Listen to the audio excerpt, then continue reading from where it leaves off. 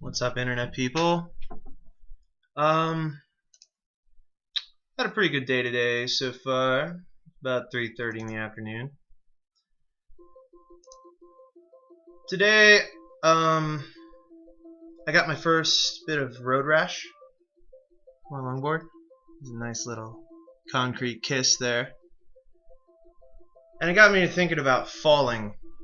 So I thought I would do a little video and advice on my personal take on how to fall properly.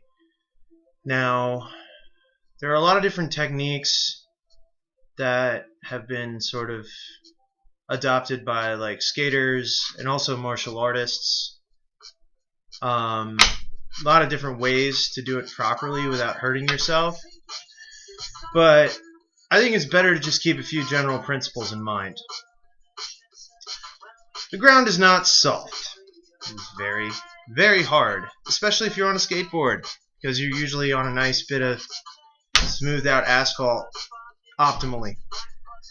So that means, you're going to have to be the soft part of the landing. I know it seems like common sense, but usually when people trip and fall, their first impulse is to brace themselves with their arms out like this, really stiff, and they tighten their muscles up. It's very bad for absorbing and displacing energy, shock. There's a good way to break your wrists if you just stiffen your hands out when you fall and try to do like a push-up against the ground. Don't resist the ground. You gotta lean into it. So with that in mind, that's like the first real big principle, is that you've got to be the soft part of the landing. And just keep in mind that it's your energy that's going as you're falling and you're traveling. So and the ground, since it's because it's hard, it's going to reflect, it's going to echo that energy back. So it's going to immediately come back in the opposite direction towards you. So you've got to find a way to displace that energy and send it in a direction away from your squishy parts.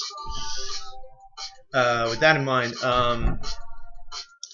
just try to just flatten yourself out.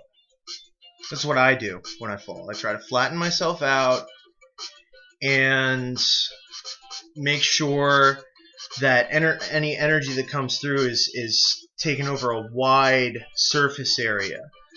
Some people, when you try to roll, that one technique is to try and do your arm and then into your shoulder.